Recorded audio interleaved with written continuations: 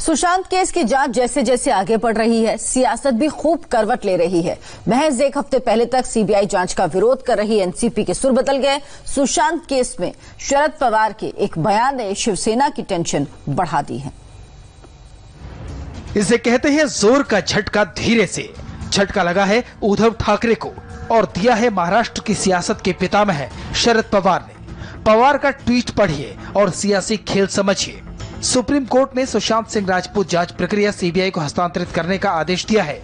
मुझे यकीन है कि महाराष्ट्र सरकार इस निर्णय का सम्मान करेगी और जांच में पूरी तरह से सहयोग करेगी। शरद पवार राजनीति के पुराने खिलाड़ी हैं। हवा का रुख देखकर सियासी मौसम का हाल जान लेते हैं। सुशांत केस में जनता का मूड देखकर पवार ने पलटी मार दी है। हिंदी में ट्वीट किया, अंग्रेजी में ट्वीट किया, मराठी में भी ट्वीट किया।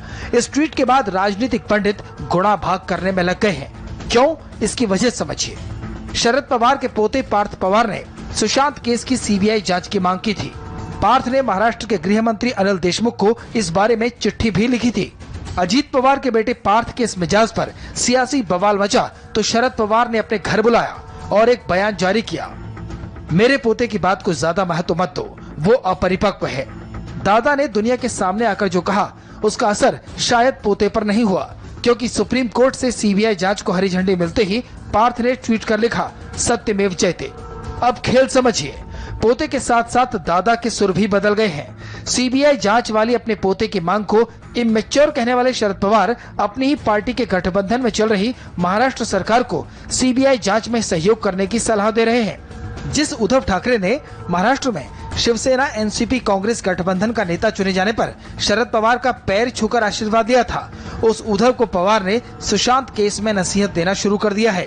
इस सियासी तिकड़मबाजी के बीच उद्धव की टेंशन की दो वजह हैं। पहला, पार्थ के बयान का मतलब कहीं अजीत पवार का बीजेपी की तरफ झुकाव तो नहीं। दूसरा, सीबीआई जांच की आंच उनके घर मातोश्री तक न पहुंच जाए। उद्धव चुप है, लेकिन सरकार में शामिल शिवसेना कोटे के मंत्री खुलकर सीबीआई जांच में रुकावट न डालने की बात कहने लगे हैं। ये ठाकरे परिवार के लिए टेंशन की बात है।